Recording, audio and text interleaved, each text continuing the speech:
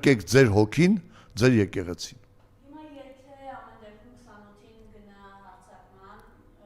ինչ պետք է անի հայ հավատավոր ժողովուրդը։ Հայ հավատավոր ժողովուրդը եթե իհարկե հայ է, պետք է պայքարի իր եկեղեցու եւ իր վեհափառի համար։ Պայքարի։ Պայքարի։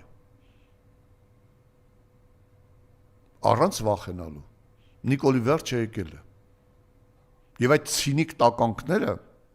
ստախոս տականքները, տեսեք, Նիկոլ, ասում ես եպիսկոպոս գործակալ է, հրապարակում ես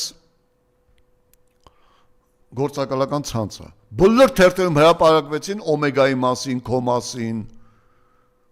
Ռուբինյանի մասին, որ դուք գործակալ եք։ Բոլորը հրապարակեցին, որ դու դավաճանի թոռ ես։